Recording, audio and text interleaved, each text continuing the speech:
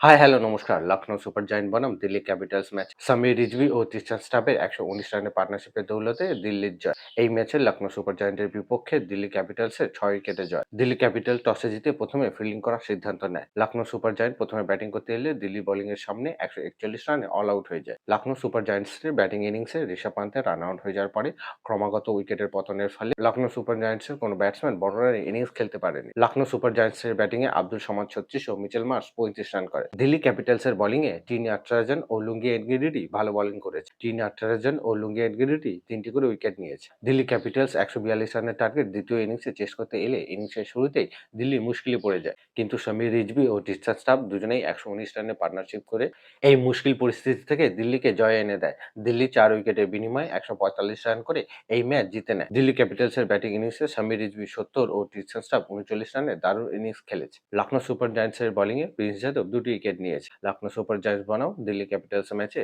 Player of the match হয়েছে সমীর রিজভী।